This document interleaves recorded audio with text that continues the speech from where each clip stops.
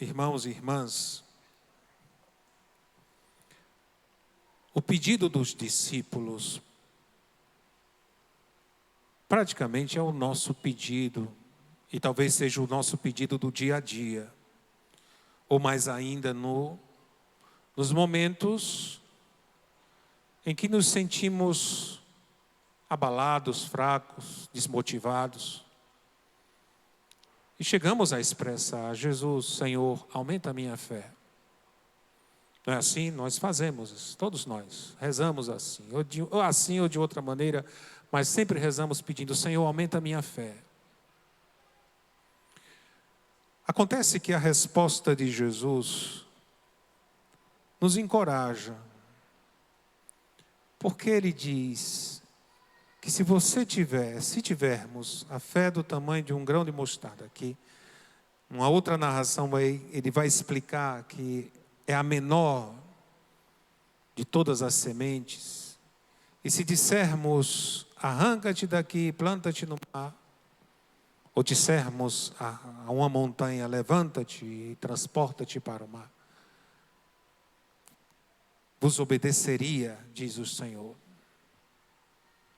Não é uma mágica, não é the power of my hand, né? O poder está nas minhas mãos, não é isso. Mas é acreditar naquilo que o salmista, não de hoje, mas canta: com Deus nós faremos proezas. A nossa vida, como diz São Paulo, está escondida em Deus. A fé, isso é crer, a minha vida está nele. A minha vida é dele, pertence a ele. São Paulo aqui na segunda leitura, ele está preso. Mas ele exorta a igreja, exorta os irmãos, e aqui no caso exorta a Timóteo, seu filho, na fé, um jovem bispo. E exorta dizendo: olha, eu te exorto, reaviva a chama. Reaviva a chama do dom de Deus que recebeste pela imposição de minhas mãos. Pela imposição de quem? Das minhas mãos, mas aqui São Paulo, não é as mãos de São Paulo, mas é as mãos da igreja. Nós recebemos a nossa fé da igreja. Eu sempre gosto de lembrar uma vez que, na ocasião da celebração do Crisma aqui para os jovens, e veio o bispo auxiliar, Dom Júlio, e ele fez essa catequese aqui com os jovens, dizendo: de quem você recebeu a sua fé? De quem você recebeu a fé? Foi de Deus? Aí alguns jovens timidamente responderam: não foi. Foi do seu pai, da sua mãe? Aí, se já não era de Deus, aí pronto, eles ficaram mais calados ainda, que não conseguiam responder. E aí ele disse: vocês receberam da igreja. Porque aquilo que nós professamos e vamos professar depois daqui, da homilia, e que nós diremos: eu creio em Deus Pai, creio em Deus Filho, Deus Espírito Santo, recebemos isso da igreja. Recebemos isso da fé de Pedro, quando diz: tu és o Cristo, tu és o Filho do Deus vivo. A fé que Pedro ali expressa, e que muitas vezes já comentamos aqui, é a fé da igreja. Nós recebemos da igreja. Essa fé que muitas vezes está como um pavio fumegando, ou está com a cana, como uma cana que está rachada. E que Jesus nos exorta: não quebre, não apague a fé. Não apague essa chama que está fumegando ainda. E muitas vezes nós estamos assim. A nossa fé está fumegando, está só aquela brasinha. E que somos encorajados aqui, exortados por São Paulo, a reavivar essa chama. Porque diante de tantas situações que enfrentamos, e são situações mesmo, nós sentimos na pele a nossa fé ela tende a esmorecer. E entra o desespero. Vai entrando o desespero, vai entrando, arrancar os cabelos, saltar, questionar Deus. Como vimos na primeira leitura, Abacuque, que fala, que faz uma expressão mesmo. Até quando, Senhor? Até quando clamareis, sem que você me atenda? Praticamente é o que nós rezamos muitas vezes. Senhor, eu rezo, eu peço, eu clamo e você parece que não me escuta. E no final, Abacuque sente realmente no seu coração Deus respondendo. Quando diz, olha, se demorar, espera, pois ela virá com certeza, e não tardará.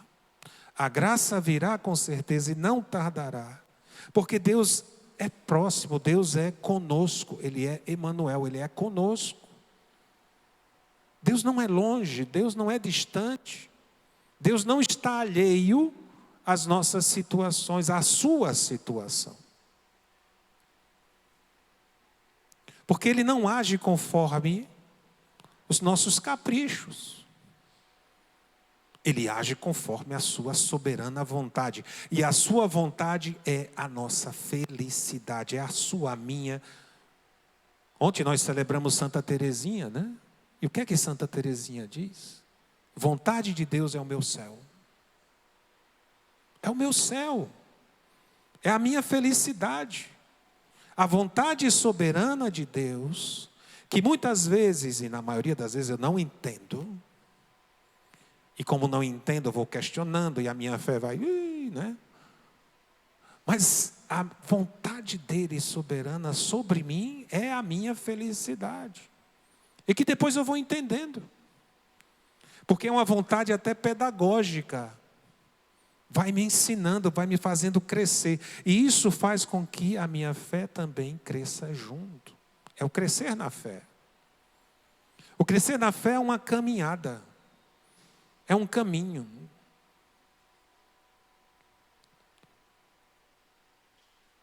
Abacuque termina, não tardará.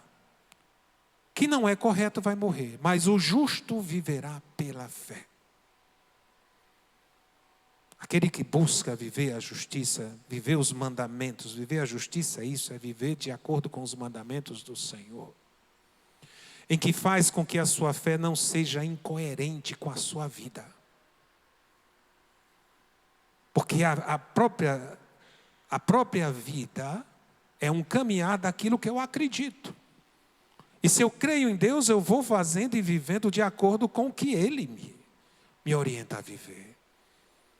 Não pode ser duas coisas diferentes. Se eu creio em Deus e quero viver segundo os seus mandamentos, a minha fé é coerente a isso. O que o salmista hoje nos canta, nos mostra? Quem é Deus? Deus, Ele é nosso Deus, é o nosso pastor. Nós somos o seu povo e o seu rebanho, as ovelhas que Ele conduz com a sua mão.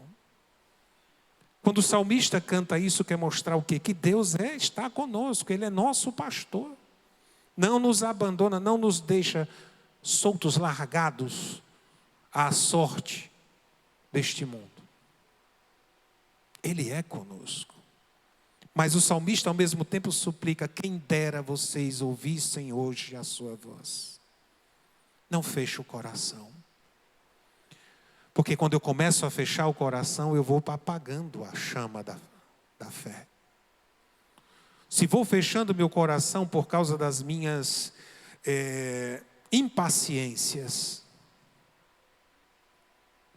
por causa da minha incompreensão, por causa das minhas justificativas, ou querer fazer de modo com que Deus me atenda, porque eu tenho que ser atendido, e ai dele se Ele não me atender. Eu vou endurecendo o coração. E endurecer o coração significa entrar num caminho de soberba, de orgulho. e de achar que tudo sou eu. Quando que o caminho da fé nos leva à humildade. É o que Jesus coloca hoje no Evangelho. Os discípulos pedem: Senhor, aumenta a nossa fé. E Jesus vai dizendo: olha, se você tiver fé, né, do tamanho de um grão de mostarda, poder dizer essa aroeira, né, a moreira, né, vai para o mar, ela vai. Mas aí ele entra em outro assunto, correspondente.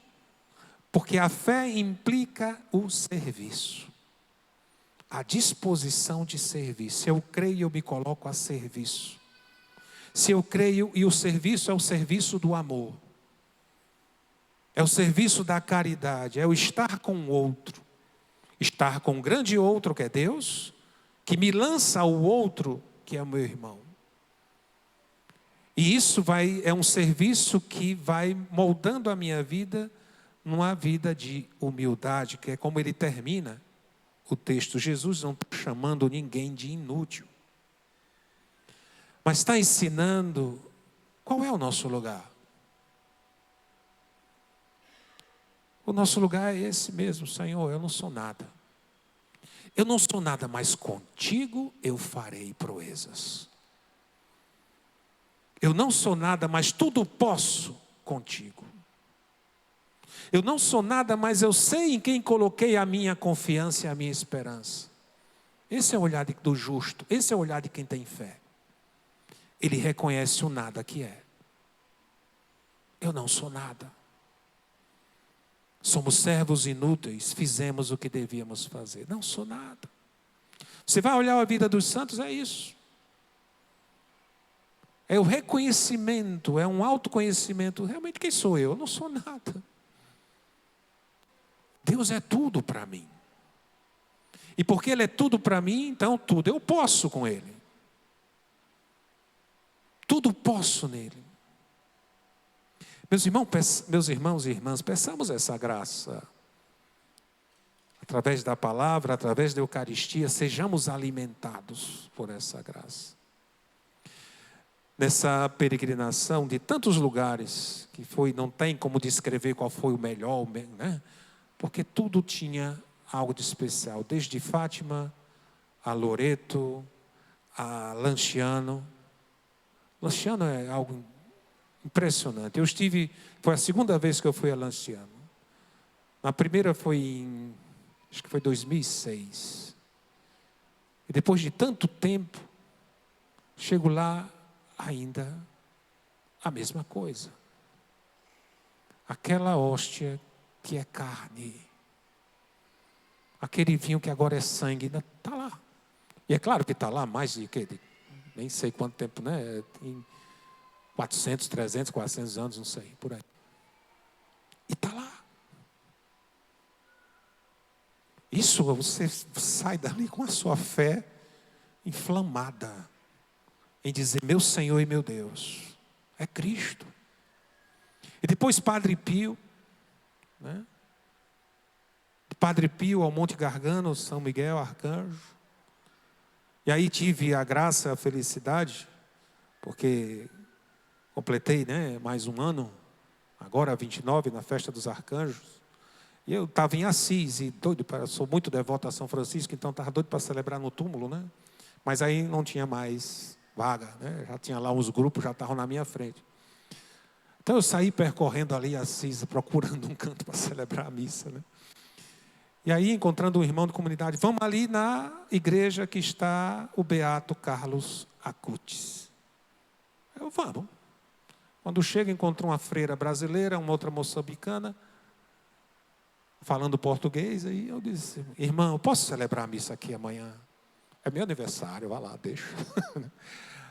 E ela: claro, padre, que hora você quer celebrar? Às 10 horas da manhã. Qual é o seu grupo? Quantos tem? Aí eu: e agora? Não tenho grupo. Eu disse: não, vem umas 15 pessoas. Aí, tá bom. Quem fui encontrando dos peregrinos, fui dizendo: olha, amanhã missa 10 horas, amanhã missa 10 horas. E eles foram espalhando. Quando chegou a hora da missa, eu olhando assim, né, para ver quem estava, não tinha ninguém. Eu disse: eita, meu Deus, não tem ninguém. Mas vamos celebrar. 10 horas começa a missa, o sino toca, eu entro. Quando tocou o sino, eu entrei, olhei a igreja cheia. Aí eu, bendito seja Deus. Né? E a alegria de poder celebrar ali. Né? Tanto pelo lugar mesmo, né? Assis é Assis. Mas está ali, né? Na igreja em que está o corpo incorrupto de um jovem. Um jovem que morreu em 2006. E está lá, o seu corpo do mesmo jeito. Com as vestes de jovem. Um casaco, tênis, calça jeans, com a mão um terço. E olhando aquele jovem, diz, a graça que ainda estou ainda, né, ruminando, meditando do que foi celebrar aquela missa ali. Isso aumenta a fé. E vendo o testemunho desses santos e desse jovem que tinha como um dos lemas, era a Eucaristia, um jovem apaixonado pela Eucaristia. A Eucaristia é minha autoestrada para o céu. Como é que pode um jovem de 15 anos, né, no mundo que nós temos hoje, tão maluco, esse jovem simplesmente se encantou, ficou apaixonado pela Eucaristia desde os 7 anos e foi assim crescendo, evangelizando seus grupos, evangelizando através do canal de YouTube e tudo isso, do seu tempo e com um coração inflamado de amor por Deus. E hoje beato da igreja. Um santo. E me encantou, me chamou muita atenção ali. Né? E é nisso. Nós vamos agora terminar a homilia, né? Nós vamos fazer nossa profissão de fé. E façamos mesmo. Digamos com o coração, eu creio. Né? Eu creio. E deixemos-nos ser renovados. Como diz São Paulo, eu vos exorto a reavivar a chama. Deixamos que o Espírito Santo reavive a chama do amor em nossos corações. Para que saibamos que quem realmente nos salvou foi e será sempre Cristo. Ele é o nosso Salvador. Louvado seja nosso Senhor Jesus Cristo.